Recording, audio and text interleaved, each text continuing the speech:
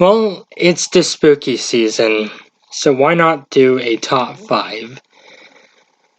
Well, it's not a top 5 scariest quest, but more of a top 5 reasons why you probably shouldn't be wandering around in Skyrim.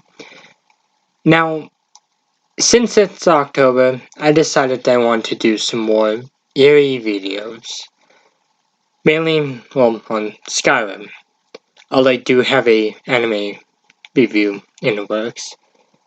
And, well, a recent comment kind of suggested covering some topics about the Falmer, so it got me thinking about what are my top 5 Falmer dungeons. So that's what today's video is. So join me as I count down my top 5 favorite Falmer dungeons and why I like them. Starting off at number 5, we of course have Torvars Cave in the Rift. Torvars Cave is a place that we can visit in the Rift, and it doesn't really have any quests related to it. Although I think there's a Stone of Baranziah there from what I've heard. But this cave was used by the Dunmer after the Red Mountain erupted. So kind of a neat little Easter egg, but that's not why it's on this list.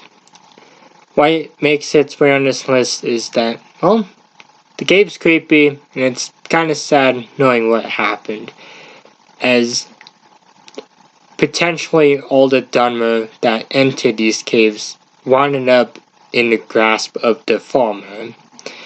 And as we've seen in a previous quest review, they're not exactly the most friendliest beings out there. But personally, this one makes on my list, mainly because, well, no one really talks about it, and I think it's an interesting location, and I personally recommend clearing this dungeon out if you've never done so before. But to be honest, it's just kind of a really sad memory of those dark elves. So of course, at number 4, what do we have next? Of course, what we have next is Dogfall Passage and Veganville. These two are places that we go through during the Dawnguard DLC, and well, I know they do count, well, I know that they are 2 places, but in my opinion, they count as one. During these, well, in these 2 places, we face off against plenty of Falmer. And we even get introduced to a new type of Falmer, that being feral Falmer, which are pretty much Falmer that, well, are infected with vampirism, as if Falmer aren't already creepy and annoying enough. Yeah, Bethesda really want to make people suffer with these guys. But these 2 locations are personally 2 of my favorite in the game, and are one of the many reasons why I think that the Dawnguard DLC is pretty cool. And again, if you've never done this DLC, I strongly recommend it.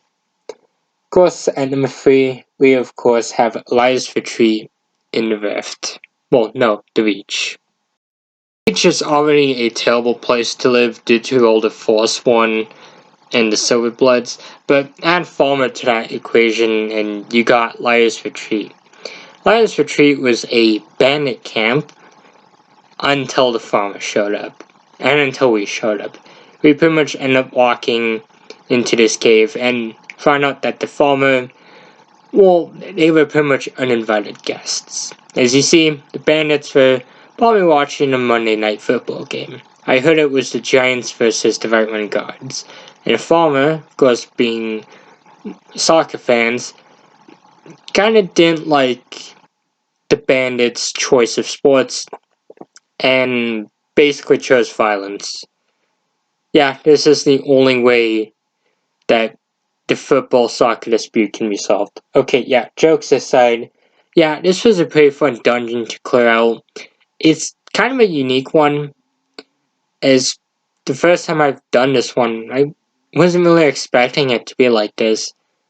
And there's a interesting item that you can find, and the final few enemies after you clear out the dungeon definitely make it worth it.